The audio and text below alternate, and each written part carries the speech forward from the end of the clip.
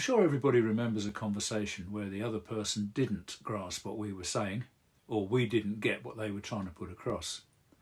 Nobody had control in that conversation, which was frustrating, and it meant little chance of a positive outcome. A big part of this course is showing you ways to keep control in the conversation. This control doesn't have to be one-sided. The best results come when everyone feels comfortable and respected in control. Some things called cognitive biases hang around every discussion, waiting to steal the control. These are our automatic reactions to what others say and do. They can be powerful, they're often hidden, and, most importantly, they are rarely logical or reasonable. They make us think the other person has a distorted view of reality, cannot understand the situation, or is deliberately being difficult. And their cognitive biases say the same about us. So, although we can't prevent them, like the flight, fight, freeze or please reactions in Chapter 3, it's essential that we remove their power. Now again, we could spend a whole course on how to do that, but in this section I'll look at some which are the most likely to pop up. Anchoring. This kicks in from the start of any conversation and makes it difficult to move away from initial reactions or first impressions. Children know how this works. Get your story in first. Mummy, Johnny just hit me. It can be the same with adults. When a neighbour starts with, "I'm sick of you always parking outside my house," you have to shift the focus away from the parking to what makes it a problem. Issues, say, around access for someone who uses a wheelchair. As an example, both sides involved in a row over whether Pip spends his 18th birthday at a family party at home or up the pub with his mates will benefit from realising that the anchor, seeing the choice as either home or pub, will limit their approach. If you spot this, the most important step is to realise that you must deal with it. If it is an initial suggestion or demand, "I'm going to the pub and you can't stop me," don't respond with a challenge. "No, you're not. You're staying at home with us." This strengthens the anchor, reduces your sense of control by making you feel that you're being forced to respond, and turns the conversation into a haggling session. Lift the anchor and make your point. In the case of the birthday party, one possible line is that the venue is not the only variable. What about different celebrations on different days?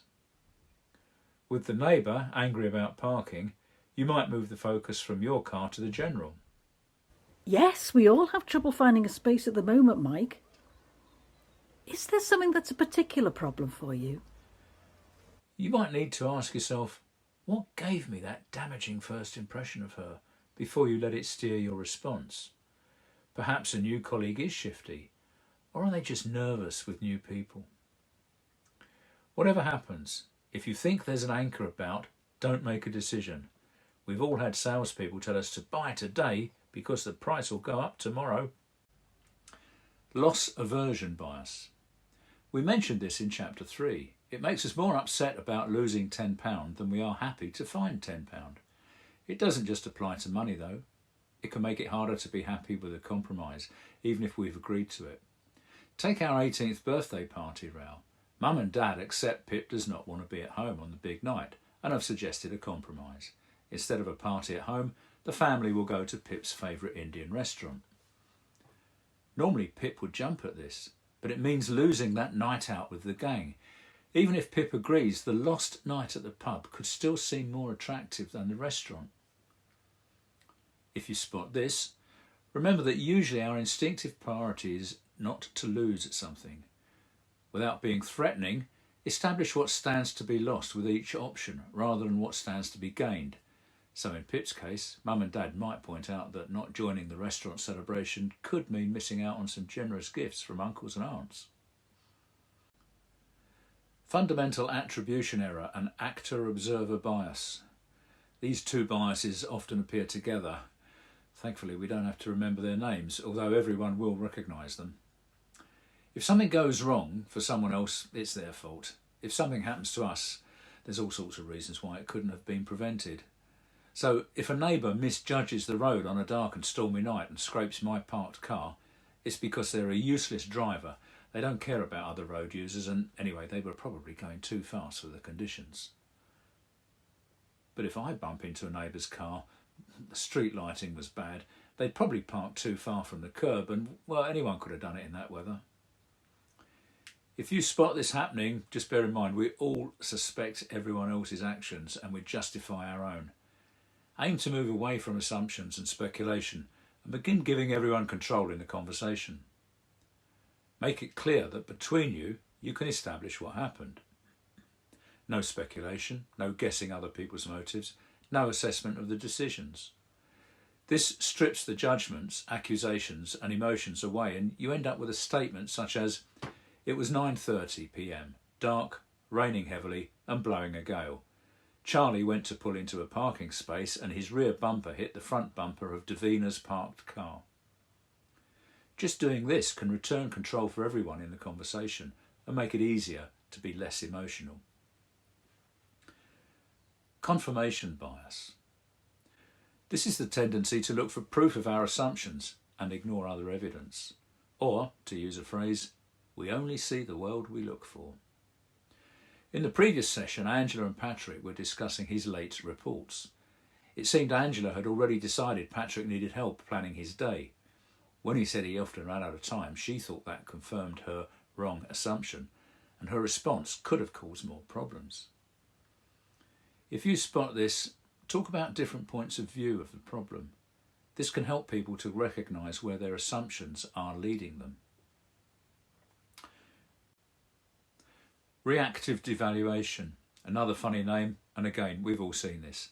An idea from the other side, no matter how good it is rejected precisely because it's from the other side. For example, tempers are fraying in the staff room because one or more people leaves food in the fridge so long that it goes mouldy and then nobody wants to touch it. Frank, who's a prime suspect, suggests a solution. Everyone goes on to a Friday afternoon fridge clear-out rota, but 3 or 4 colleagues refuse, apparently because the idea comes from Frank. This happens all the time, and it often sees situations simply get worse. If you find that you want to reject a promising offer, ask yourself what's wrong with it. Would you react differently if it came from someone else?